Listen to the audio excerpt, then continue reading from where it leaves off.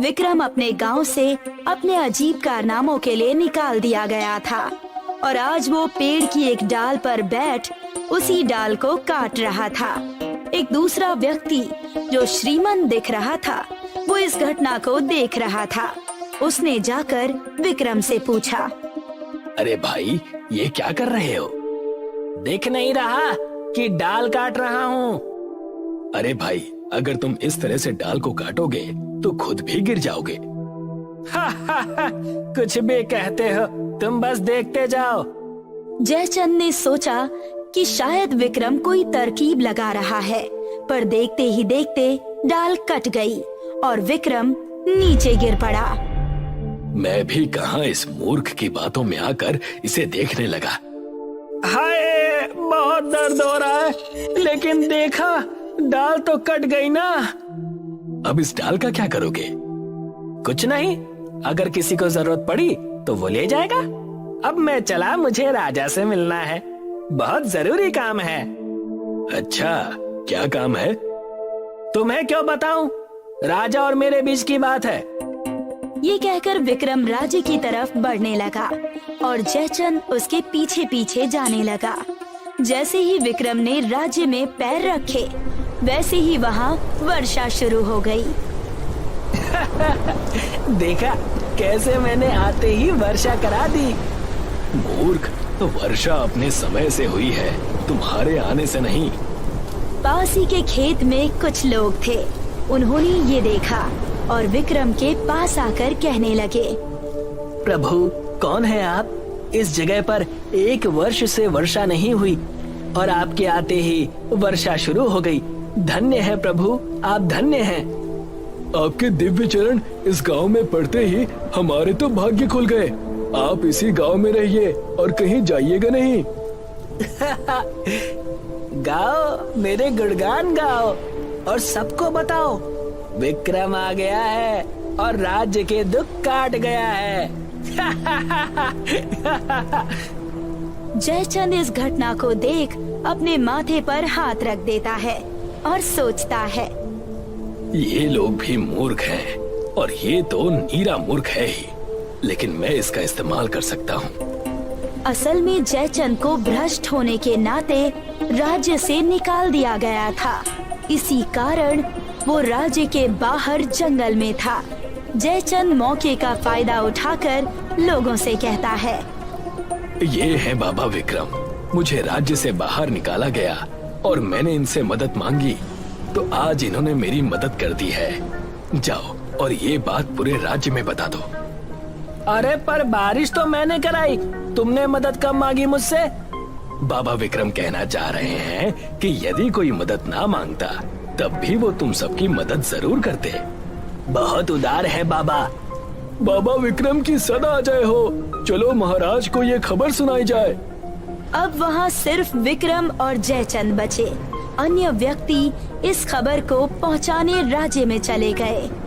बाबा विक्रम, कहो मेरे भक्त। जी, आप अपने इस अनन्य भक्त को बताएं कि आप महाराज को किस कारण मिलने आए थे। अब जब मेरे परम भक्त ने पूछा है तो बताता हूँ। उनकी पुत्री का विवाह होने वाला है और मैंने सुना है कि जो उनकी कन्या को शास्त्रार्थ में हरा देगा वो उसी से विवाह करेंगी। अच्छा, तो आप उनसे शास्त्रार्थ में जीतकर उनसे विवाह करने आए हैं। बहुत ज्ञानी हो, मेरे बिना बताए ही समझ गए। एकदम मूर्ख है, अभी खुद ही बताया और अब कहता है कि बिना बताए ही समझ गया। छोड़ो, वैसे भी मुझे तो बस अपना काम निकालना है। चलो अब राजा के पास चलते हैं। आप क्यों जाते हैं? आप तो बड़े ही बुद्धिमान और दिव्य व्यक्ति हैं। आपका संदेश लेकर आपके इस भक्त को जाना चाहिए। सही कहते हो। जाओ भक्त और राजा से कह दो कि मैं शास्त्रार्थ करने आ रहा हूँ। जो आ गया बाबा विक्रम।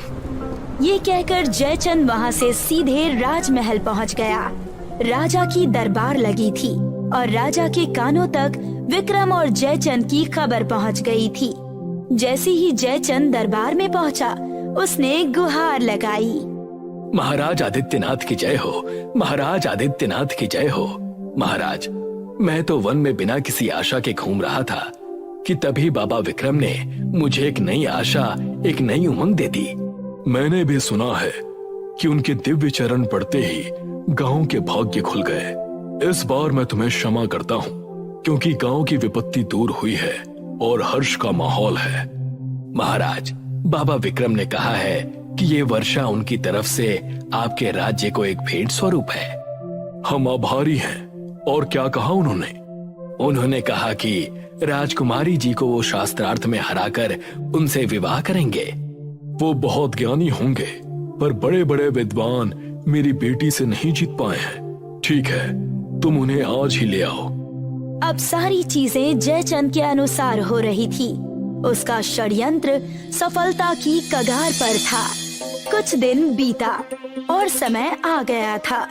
जयचंद विक्रम को लेकर शास्त्रार्थ के लिए पहुंचा।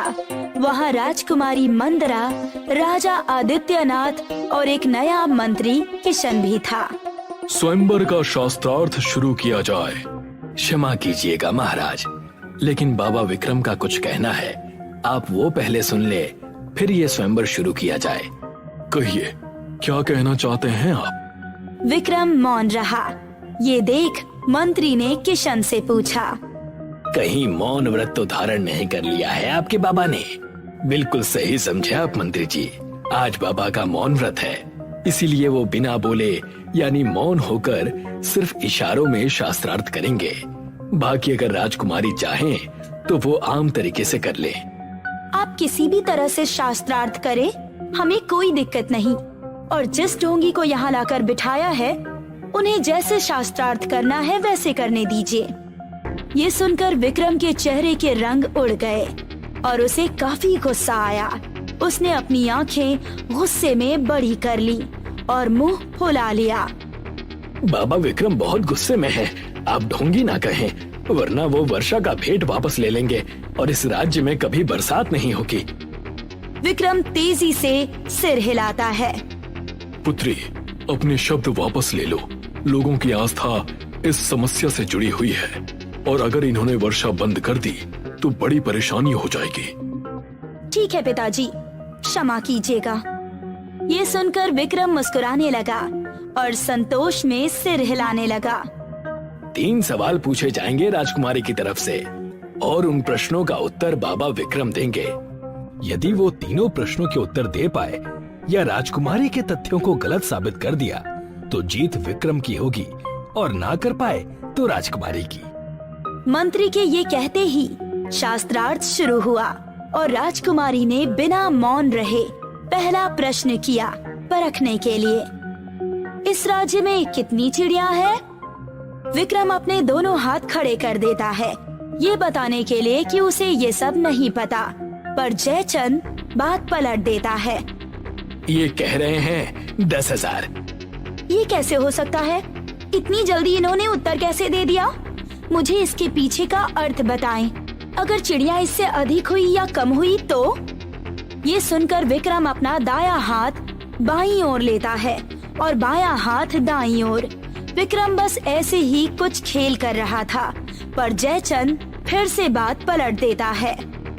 बाबा विक्रम ने कहा कि यदि चिड़िया कम हुई तो इसका मतलब ये होगा कि चिड़िया अपने रिश्तेदारों से मिलने गई है, और यदि अधिक हुई तो कुछ चिड़ियाएं अपने रिश्तेदारों से मिलने इस राज्य में आई होंगी। ठीक है, अब मैं भी मौन शास्त्र करूंगी। उत्तर दें। फिर राजकुमारी ने अपने हाथ गोल तरीके से घुमाया और एक उंगली दिखाई। उनका कहने का मतलब था कि हर किसी का एक ही रचयिता है। इस पर विक्रम ने 2 उंगलियां दिखाई। अच्छा, तो ये मेरी एक आंख फोड़ेगी। ये लो, मैं तुम्हारी दोनों आंख फोड़ दूंगा। अब विक्रम का तो अर्थ अलग था, पर फिर जयचंद ने बात संवार ली। आप अपना प्रश्न बताएं राजकुमारी। मैंने कहा सबका रचयिता एक है। लेकिन मेरे बाबा कहते हैं कि रचयिता एक नहीं 2 है, एक नर और दूसरी नारी। बिना दोनों के रचना असंभव है। राजकुमारी ने बात को समझा और हार मानकर गुस्से में दूसरा प्रश्न किया। उन्होंने फिर गोल आकार में हाथ घुमाया और 5 उंगलियां दिखाई। अच्छा, तो ये अब कह रही है कि मुझे झापड़ मारेगी। ले, मैं तुझे मुक्का मारूंगा। ये कहकर विक्रम ने मुट्ठी बांध ली और राजकुमारी को दिखाई। फिर जयचंद ने अपनी सूझबूझ लगाई और बात सवार ली।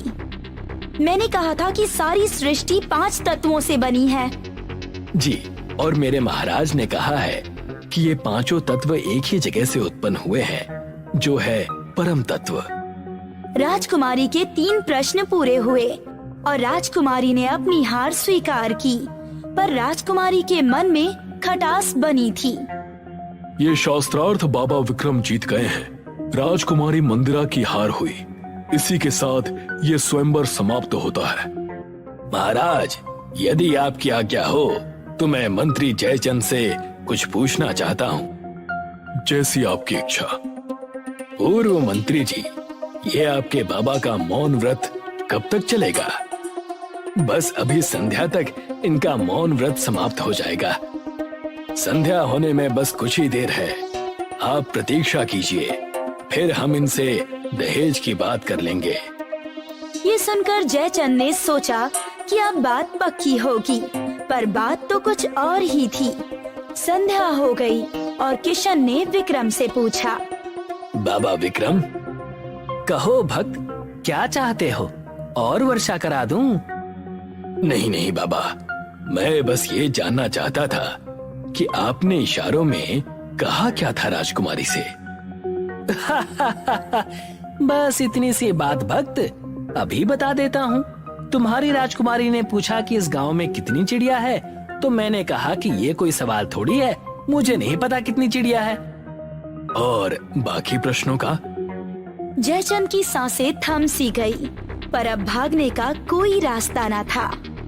फिर इन्होंने मुझे 1 उंगली दिखाई और कहा कि 1 आंख फोड़ देंगी, तो मैंने इन्हें 2 उंगली दिखाई और कहा कि मैं इनकी दोनों आंखें फोड़ दूंगा।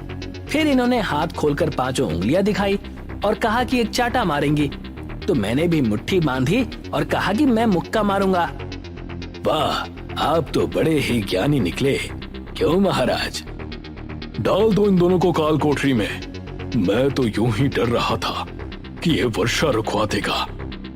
महाराज, ये तो वही बात होगी बूढ़े खजूर वाली, जहाँ खजूर बूढ़ा होकर गिरने वाला था, लेकिन कौवा आकर डाल पर बैठ गया तो लोग कहने लगे कि कौवे ने खजूर गिरा दिया। महाराज, क्षमा करे, क्षमा करे।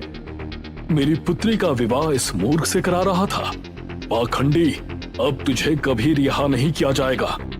सैनिक आकर दोनों को वहाँ से ले गए और विक्रम अभी भी नहीं समझ पाया कि हो क्या रहा है और हंसते हंसते काल कोठरी चला गया।